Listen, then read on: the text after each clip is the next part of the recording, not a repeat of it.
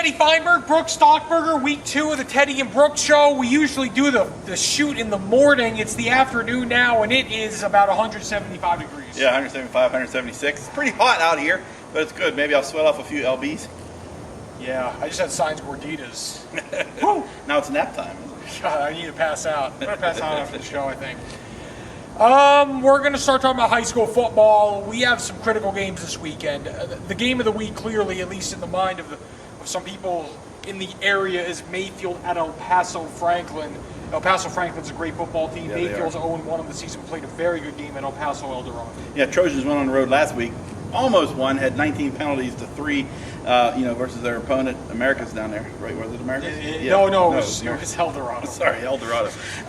But now Franklin, is a very powerful team down there in El Paso. This will be a chance to see where their head is. If they were able to get past that tough loss and go down there and take on this powerhouse, that'll be a really good matchup. Well, let's just look at the Mayfield statistics real quick before we go any further, because the scoreboard tells one side of the story. Brook already alluded to the penalty situation, but this is what we see. We see 400 yards of total offense, 300 of which came on the ground. We see a brand new team offensively really put on a good show. A team, frankly, with some question marks. Yeah. No Jim Bradley, a lot of new personnel. They really held their own down there. If that game's played at the Field of Dreams, Mayfield wins. So I think it's business as usual at Mayfield. At least if we can only judge off 1 week, they should be one of the top teams in the state. Some other games to note: Oñate is hosting Socorro, Texas tomorrow. That would be a nice game for the Knights to win at home. Oñate has improved over the past year, but the jury, I think, is still out. Yeah, they're starting out better than they did last year. Last year, they really stumbled in their their debut with their new coach last year. But they got things together. They played well towards the end of last season. They're close, but how close? How much is that going to relate to wins and losses? It should be pointed out, Brook's son is the center on the junior varsity team there. Freshman. Sorry, Tyler. And then, of course, we have Cruces High on Friday night. They are hosting El Dorado from Albuquerque. Cruces High is one of the elite teams in the state. Centennial High School goes and plays El Paso's JV team tomorrow as well. Mesilla Valley Christian's on the road. Gadsden High got a W week 1 too, and a former Pittsburgh Steeler kicker, Roy Girella. They beat Hobbs 34-34. Girella's Gorillas, they'll be happy that fan club, and they beat a very good team, Marquis. It's a great win for Gadsden. Just a great win, seriously. I mean, we're happy for them up here. Let's move on now to Aggie football. They're 1-0. They beat Sac State 49-19. Week 1, Sac State, of course, from the FCS, and at least from the score standpoint, the Aggies won handily. Yeah, they did. They were able to, win by 30 points. Anytime you can do that, you take the win. Sure. Like you've pointed out, they still have some work to do maybe on their ground game. And boy, they're heading into a potential buzzsaw this week up in Ohio. Ohio is a very good team. Tyler Tettleton is their quarterback. He is the son of Mickey Tettleton, former Detroit Tiger catcher. That's hard to say. Mickey Tettleton. Anyone who watches the show consistently knows I'm a diehard Tiger fan. And Tyler completed 31 passes to 10 different receivers against Penn State. And that's not a shabby Penn State Big Ten defense. Not the Penn State of old, but still not shabby. And Ohio dominated 2 quarters of that game. They really did. And really, here's the thing for the Aggies. They ran the ball 40 times for 100 yards against Sacramento State. That number is going to have to improve. I don't know if it can improve against Ohio, to be honest with you.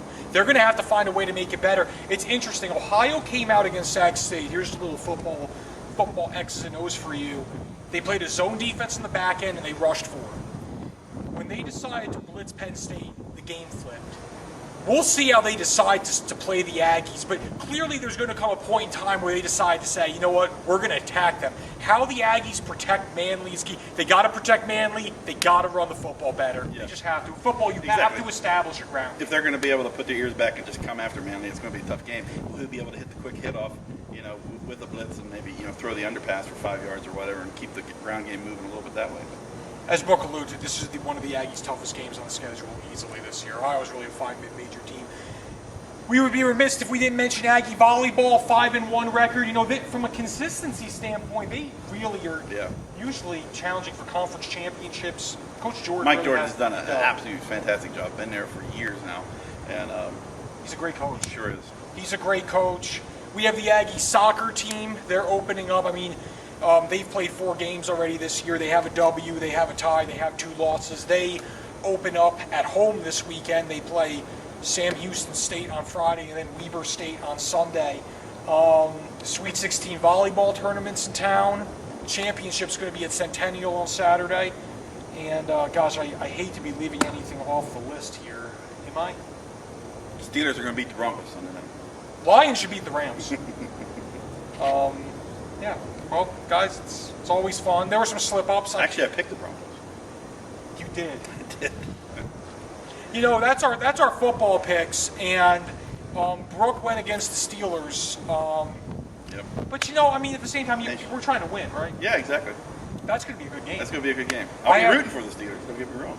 How is James Harrison's health? Because you know, I have the Steeler D in fantasy. He's banged up. They're going to will him out there, but he's banged up. He's made some really, really odd comments. Remember when he told remember the Steelers won the Super Bowl and he didn't go to the White House? He said Barack Obama should have visited them. Yes. God, that was an odd comment. Well, maybe in that case he was right. Most of his comments are odd. Yeah, he's out there. Folks, thanks for checking us out. Another good show. Thanks. See ya. lcsun-news.com, Twitter, Facebook. You know the deal. All right, now you got something interesting going on the Sun News Facebook page. Some prep cards. We do have prep cards. Lucas Pierman, he wears a number of different hats in the news. I don't know if any of you know Lucas, but great guy. He is a great guy. He does great work at the Sun News, and he's actually the guy behind the camera talking right now. I thought you were being so nice to him. No.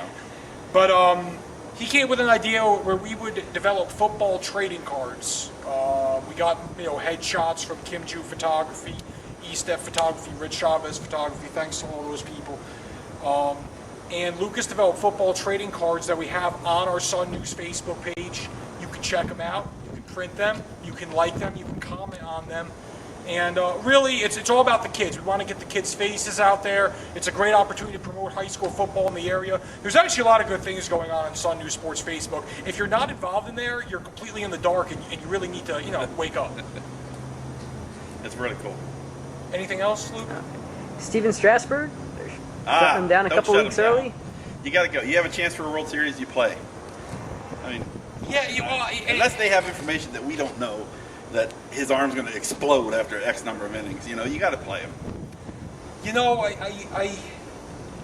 I want to agree with Brook. It's hard for me to really give a real educated answer on this issue. Clearly, I think what Brook is saying is right. The Nationals had a huge turnaround this year, and Steven Strasburg is a legitimate Cy Young Award candidate.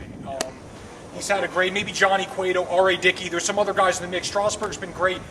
With that being said, I do respect looking out for a player's health, and they have a very good pitching staff as is. But like you said, this is their one. I guess for me, I'm really middle of the road on that. If you wait till next year doesn't happen. Maybe they should have sat him some, in September, or just had him come out of the bullpen a little bit, save his innings like that. But make sure you got him there in October. I don't disagree at all. See ya.